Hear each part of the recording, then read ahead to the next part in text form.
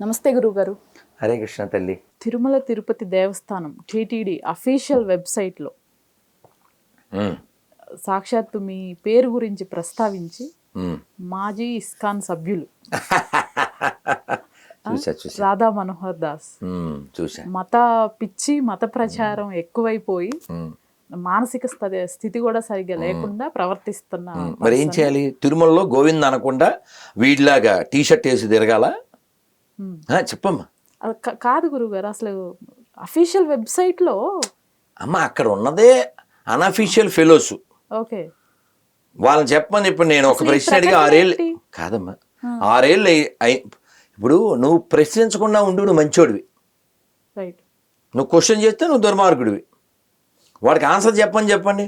వాడు నా మీద పోస్ట్ పెట్టి, నా మీద కామెంట్ పెట్టి, నా మీద స్టేటస్ పెట్టో, లేకపోతే నా మీద ఒక ప్రెస్ నోట్ పెట్టో వాగడం కాదు కదా. నా మాట అబద్ధమని చెప్పండి చూద్దాను. తిరుమలలో రైస్ బాగోలేదు, ఇది అబద్ధమని చెప్పండి చూద్దాం. తిరుమలలో తినే రైసు సీఎం, ఎంపీలు, టీటీడీ వాళ్ళు అందరూ తింటున్నారు అని చెప్పండి చూద్దాం. వాళ్ళు తింటారా? ఆ రైస్ తినగలరా వాళ్ళు? మరి ఓనర్స్ ఎందుకు తినాలంటున్నా? వాళ్ళు పనోళ్ళు. టీటీడీ ఈఓ అయినా, టీటీడీ చైర్మన్ అయినా పనోళ్ళు. తిరుమలలో హుండీలో డబ్బులు వేసే ఓనర్స్ ఎవరు? భక్తులు. ఓనర్స్ వేసిన డబ్బులతో ఓనర్స్కే నువ్వు సరిగా పెట్టకుండా పనోడు నువ్వు అనుభవిస్తున్నావు. భక్తులు పాపాలు కడుక్కోవడానికి వేసిన డబ్బులతో ఈ పాపిస్టోళ్ళు ఏమో పెట్రోలు, బండ్లు, కార్లు అన్నీ వాడేసేసుకుని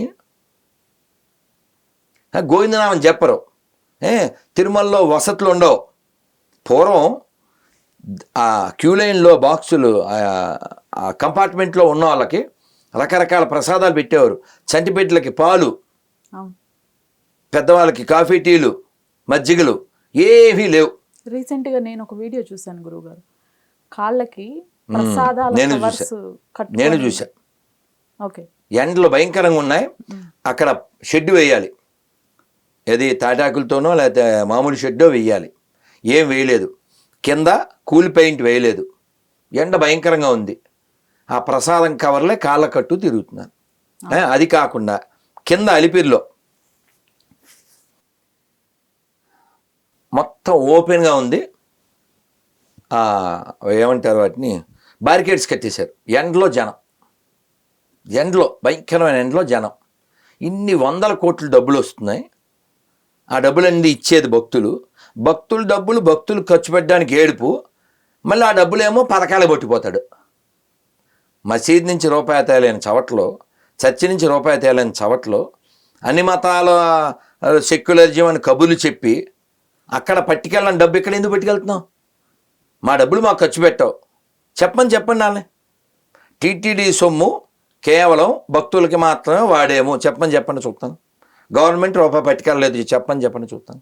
ఇప్పుడు మీరు ఇవన్నీ ప్రశ్నించినందుకేనా ఇంపాక్ట్? మరి ఇంకోటి కూడా అడిగాను కదా 6 ఏళ్ల క్రితం. ఇంకోటి ఏంటి అడిగా, టీటీడీలో పనిచేసే వాళ్ళంతా హిందువులే, ఒక స్టేట్మెంట్ ఇమ్మని చెప్పండి ధర్మారెడ్డిని. చెప్పండి టీటీడీలో అందరూ హిందువులే ఉన్నారు అని చెప్పండి చూద్దాం. ఎలా ప్రశ్నించచ్చా? దొంగ అనొచ్చా? అనకూడదుగా. కాలం కడుపు కోత మిగిల్చినా బుద్ధి రాకపోతే ఎవడేం చేస్తాడమ్మా? రావణాసుడికే బుద్ధి రాలేదు, వీళ్ళకి వస్తుందంటారా? స్వామివారి అసలు ఆ పదం ఏంటి గురుగారు? నేను ఇంకా కన్ఫ్యూజన్. మాజీ ఇస్కాన్ సభ్యులు అంటే నేను ఇస్కాన్లో ఉండేవాడిని, ఓకే, వచ్చేసాను అంతే, అంతకుమించి అది కాదు పాయింట్. ఇక్కడ గోవిందనామం నేను అందరితో చెప్పిస్తుంటే ఆ వీడియో మీరు చూడొచ్చు, తిరుమల అరాచకం అని 2-3 ఏళ్ల క్రితం. గోవిందనామం చెప్పిస్తుంటే వాడు బూట్లు వేసుకొచ్చి బేడాంజనేయస్వామి దగ్గర ఇక్కడ చెప్పకూడదు అన్నాడు. ఈ తిరుమల ఎక్కడైనా చెప్తాం అని నేను చాలా గట్టిగా గోవిందనామం అందరితో చెప్పించాను. నేను చెప్పాను, నువ్వు బూట్లు తీయి ఎక్కడి నుంచి పోవని చెప్పాను. తర్వాత అసలు విషయం ఏంటంటే, తిరుమలకి ఎందుకు వస్తారండి ఎవరన్నా? ప్రశాంతత కోసం, ఆనందం కోసం, ఆధ్యాత్మిక అభివృద్ధి కోసం. వీళ్ళు బోడిపెత్తనం ఏంటమ్మా? వీళ్ళు పనోళ్ళు కదా. ఇప్పుడు మెయింటైన్ చేయడానికి పెట్టుకున్నాం మనం వాళ్ళని. వాడు బాస్ కాదు, వెంకటేశ్వర బాసు, ఆడు బాసు కాదు. అర్థమైందా? ఇంతకుముందు ఇంకొక ఆయన ఉన్నాడు ఈఓ కింద, ఇప్పుడు ఈయన, రేపు పోతాడు ఇంకొకళ్ళు వస్తారు. అక్కడ పర్మనెంట్ బాస్ ఎవరు? వెంకటేశ్వర కదా, వీళ్ళు కాదు కదా. కానీ వీళ్ళు ఏమనుకుంటున్నారంటే మనదే రాజ్యం అని వీళ్ళు పిచ్చి వేషాలు వేస్తున్నారు. కానీ కాలం అందరికీ తీర్చేస్తుంది. ఆల్రెడీ ఎన్ని చూసాం మనం. రీసెంట్గా ఈ సోషల్ మీడియాలో కూడా మీ పైన దాడి మొదలు పెట్టారు. రాధా మనోహర్ దాస్ ఎవరు, ఇంకా ఎన్ని కోట్లు ఆస్తులు అవి ఎక్కడన్నా కానీ అసలు ఇప్పుడు కాదమ్మా, 2-3 ఏళ్ల క్రితం, 2-3 ఏళ్ళు అవుద్ది, వీడికి తిరుపతిలో 5 ఎకరాలు ఉంది, అది కొట్టేద్దామని వీళ్ళు ఇలా బెదిరిస్తున్నారని ఎవరెవరో చెప్పారు. అంటే బాబు ఎక్కడుందో చెప్పండి, నాకు కూడా తెలియదు, మీరు ఎంత కావాలితే అంత తీసుకుని నాకు కూడా కొంచెం ఉండే, మరి అది కొంపలో ఉంటున్నాను అని ఇంకా ఆ జోకు నవ్వుకున్నాను. అంటే వీళ్ళ ఊహలో ఎందుకంటే నేను ఆ ప్రపంచాన్ని పెంచుకోవాలనుకోవట్లేదు. ఇప్పుడు నేను ఎవరో దింపారా, ఇప్పుడు మళ్ళీ మీరు దింపుతారు అంతే.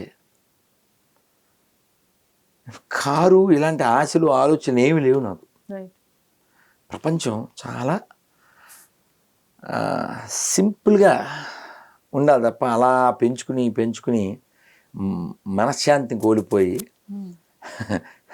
ఏదమ్మా ఏది నీది, కనీసం అసలు సొంత ఇల్లు కూడా లేదా, ఎందుకు ఉండాలి చెప్పు. ఇదే సొంతం కాదుగా, మీది వదిలేసేయండి. పూర్వం నుంచి వాళ్ళకు ఉంటుంది, ఆ ఇంట్లో వాళ్ళకు ఉంటుంది, నాకు సంబంధం ఉంది, నేను వదిలేసానుగా. ఈ ఒళ్ళు మాత్రం వాళ్ళది, ఆ ఇల్లు నాది కాదు, వాళ్ళకి సంబంధించింది. కాబట్టి మనం ఇప్పుడు ఈ శరీరం నిలబడడానికి ఓ పూట తినాలి, ఈ శరీరం నిలబడడానికి ఏదో ఒక గూడు ఉండాలి తప్ప దీనికోసం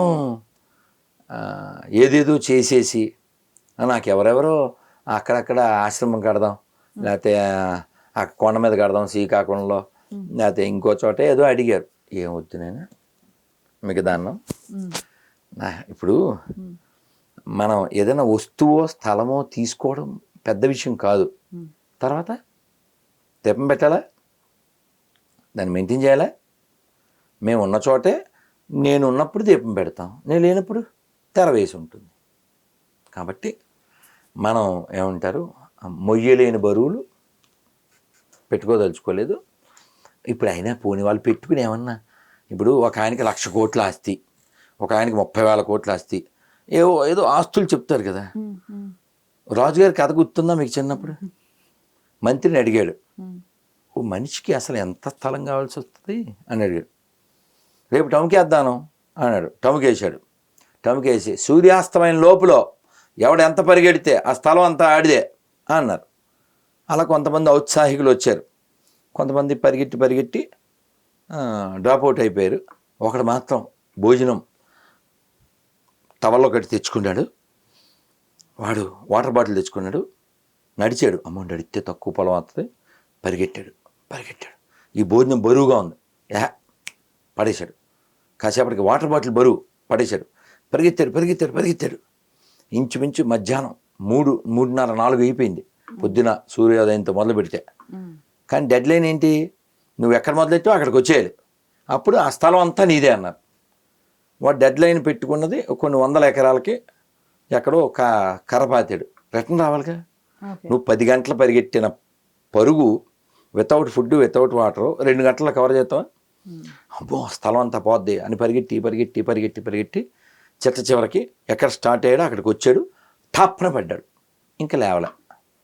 అప్పుడు మంత్రి గారు రాజుగారికి చెప్పారు, సార్ మనిషికి 6 అడుగులు కావాలి. మనిషికి ఎంత కావాలి? 6 అడుగులు కావాలి.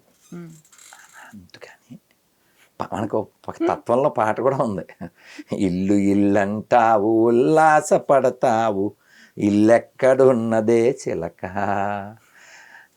అల్లంత దూరాన వల్ల కాటిలోన నీ ఇల్లు ఉన్నదే చిలుక, మున్నాళ్ళ ముచ్చటకు మురిసేవు భ్రమసేవు, ముందు గతి కానవే చిలుక చిలుక.